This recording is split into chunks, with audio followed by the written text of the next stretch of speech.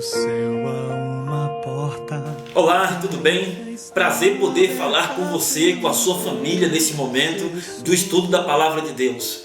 O tema de hoje, onde está Deus? Baseado na história do profeta Elias, nós vamos estudar o livro de 1 Reis, capítulo 17, versículo 1 a versículo 5. Vamos aprender um pouco aqui com a experiência desse profeta.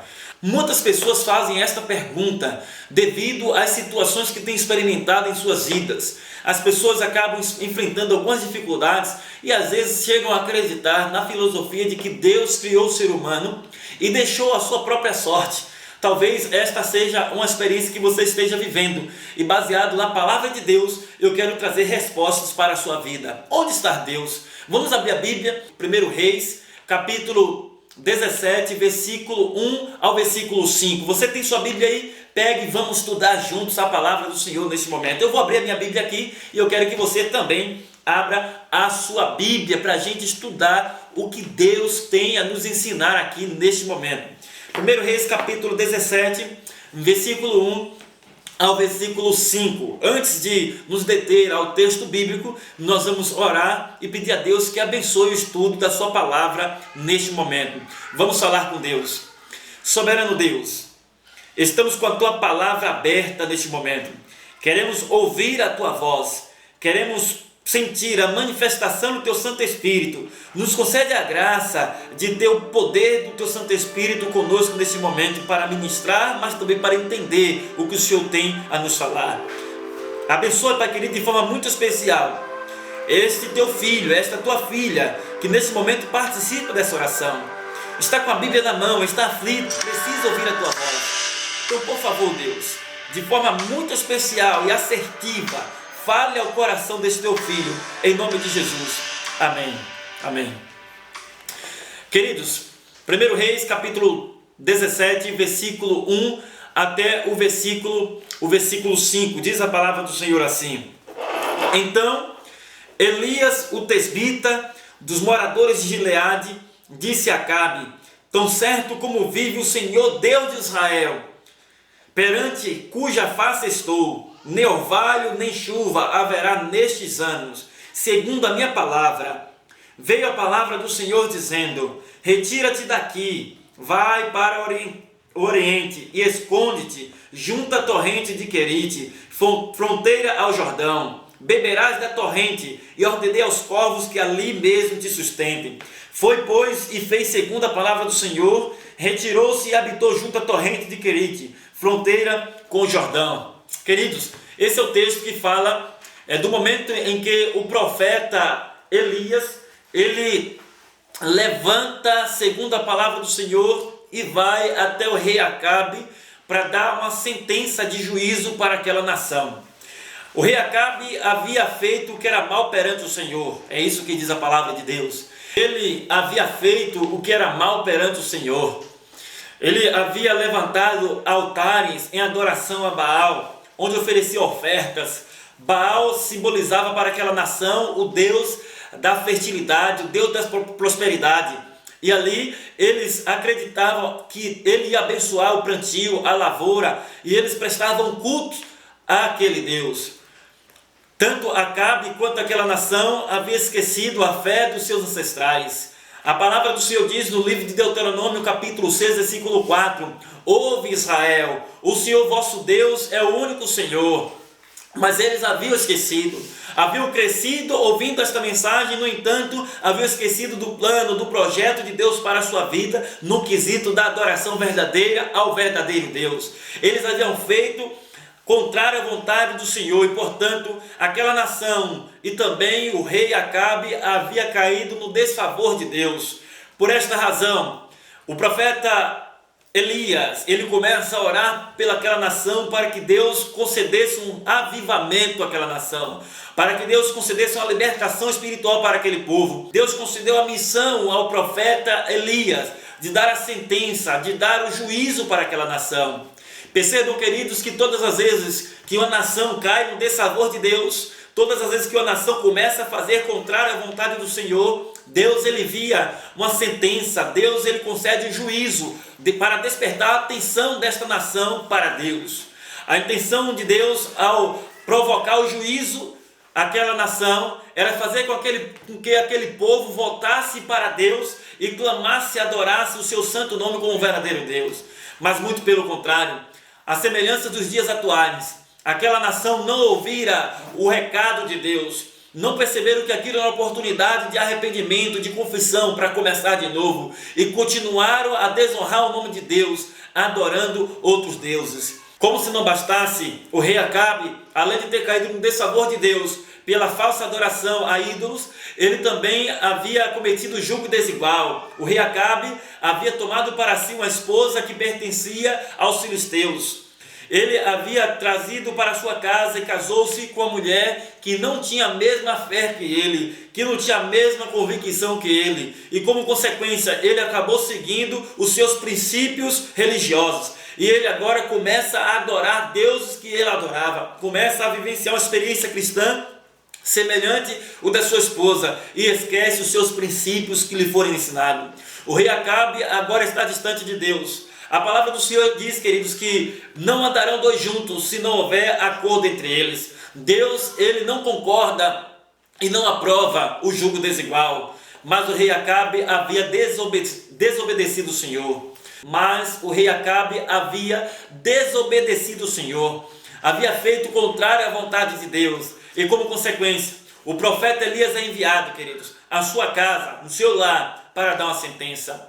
A história do profeta Elias é muito bonita, porque o profeta Elias, ele não sente medo.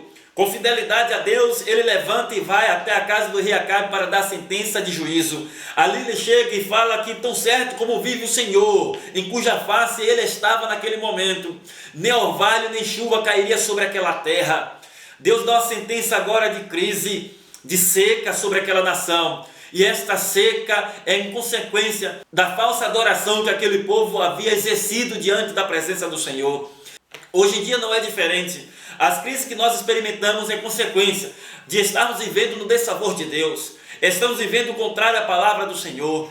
E Deus envia profetas, envia mensageiros através da sua palavra para despertar a nação e dar uma mensagem de juízo. A diferença, queridos, é que o profeta Elias, quando ele conhece o que Deus quer para a sua vida, mesmo que ele estava correndo risco, agora ele vai para cumprir o seu propósito.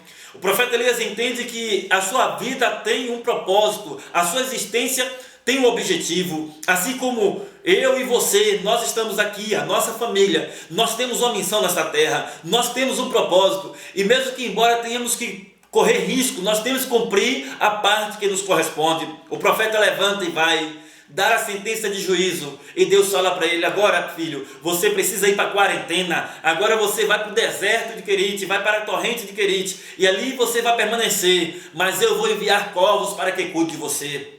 Meus amigos, o profeta, ele faz a vontade do Senhor. A palavra de Deus deixa claro de que ele é fiel à orientação divina ao dar o recado para o rei Acabe. No entanto, agora ele precisa viver como um fugitivo. Já pensou você?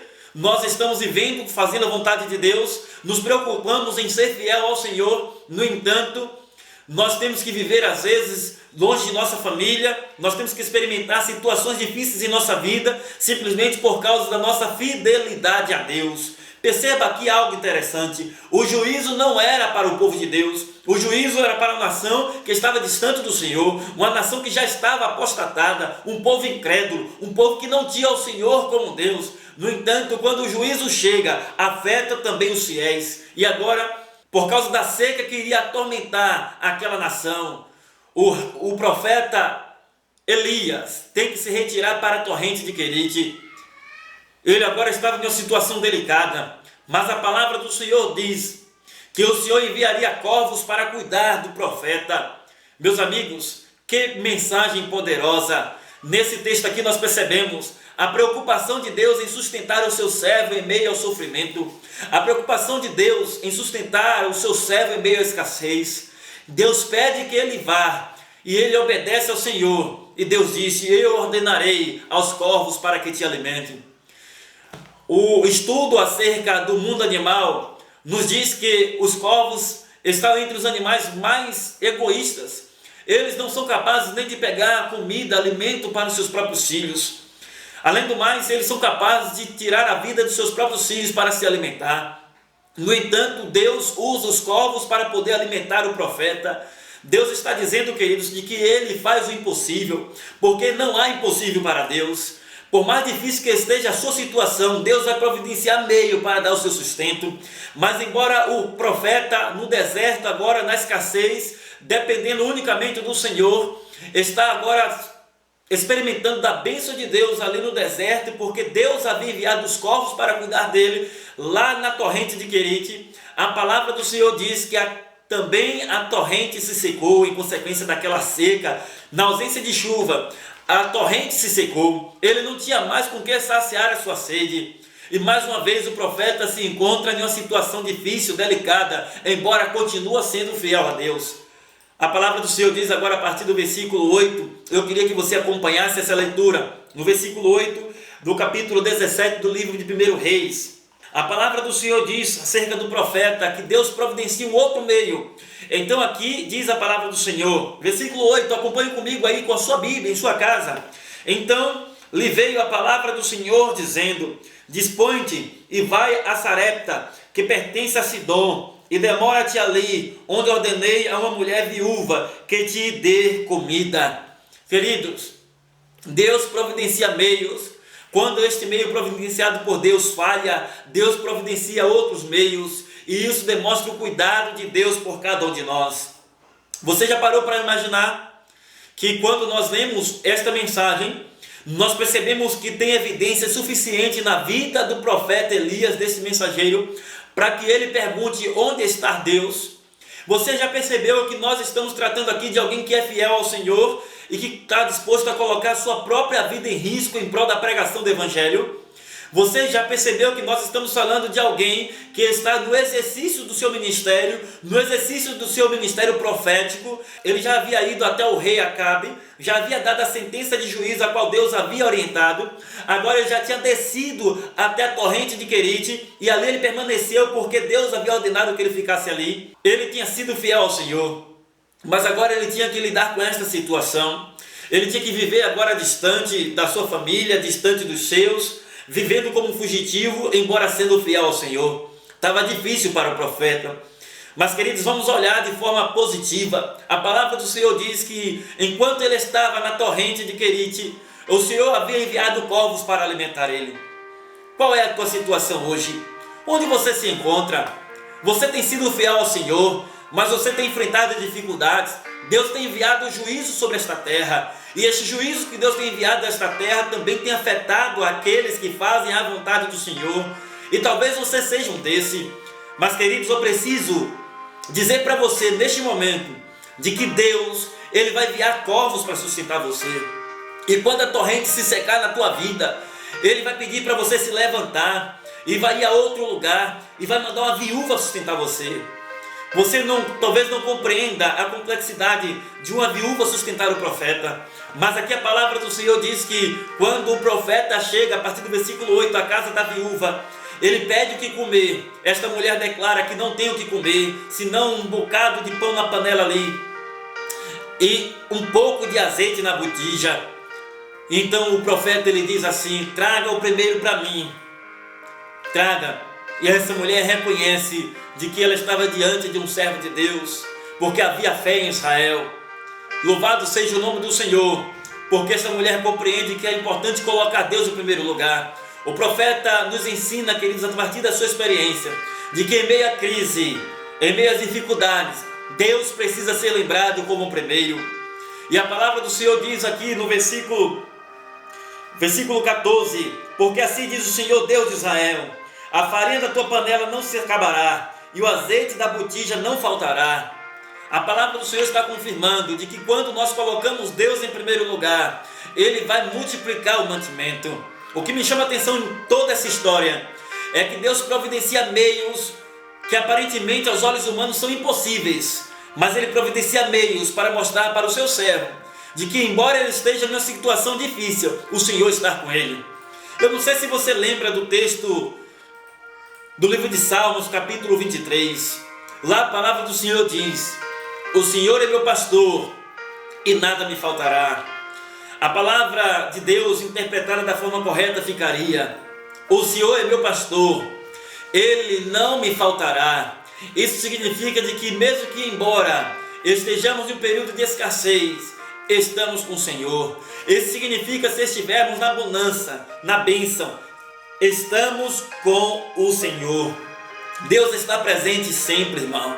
Deus está sempre presente em nossa vida, porque Deus não abandona nenhum dos seus filhos.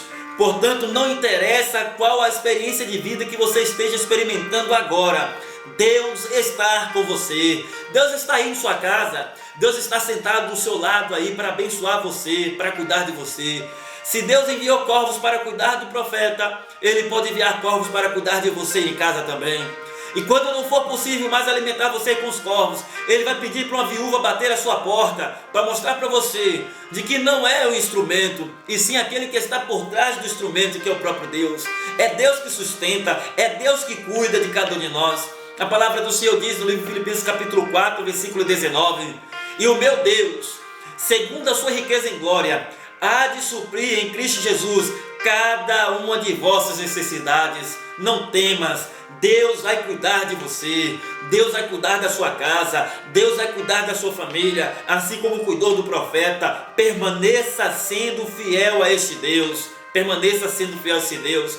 Deus, queridos, Ele pode permanecer em silêncio durante algum período, um curto espaço de tempo, mas em outro momento Deus se levanta para manifestar a sua glória na vida dos seus filhos, para cuidar dos seus filhos, para abençoar, e Deus vai abençoar você. Creia nisso, em nome do Senhor Jesus. Se agarre a essa promessa de que assim como Deus abençoou o profeta Elias, Deus vai abençoar você também. Deus vai abençoar a sua casa. Diga amém, em nome do Senhor Jesus. Declare, glorifique o nome de Deus com a Bíblia na mão. Você e Deus aí, mas você precisa exaltar o nome do Senhor. Você tem motivos para estar triste, e você deve estar imaginando: quanto tempo, pastor, quanto tempo dedicado a este Deus. Quantas vezes eu renunciei coisas em minha vida para permanecer fiel a este Deus, e agora passar por tudo isso. Você não é o único, e você deve estar se perguntando: onde está Deus? Eu preciso concluir esta mensagem dizendo para você de que Deus está no mesmo lugar quando Ele esteve, enquanto Elias estava diante do rei Acabe, dando a sentença de juízo. Você deve estar se perguntando onde está Deus, e eu preciso responder para você que Deus está no mesmo lugar onde Ele esteve sempre, quando o profeta estava na torrente de Querite, ali para ser alimentado pelos corvos ordenado por Deus. Lembre-se que Querite no hebraico quer dizer cortado, colocado no tamanho certo. Possivelmente aquele profeta precisava reavaliar algumas coisas em sua vida. Ele precisava ser lapidado.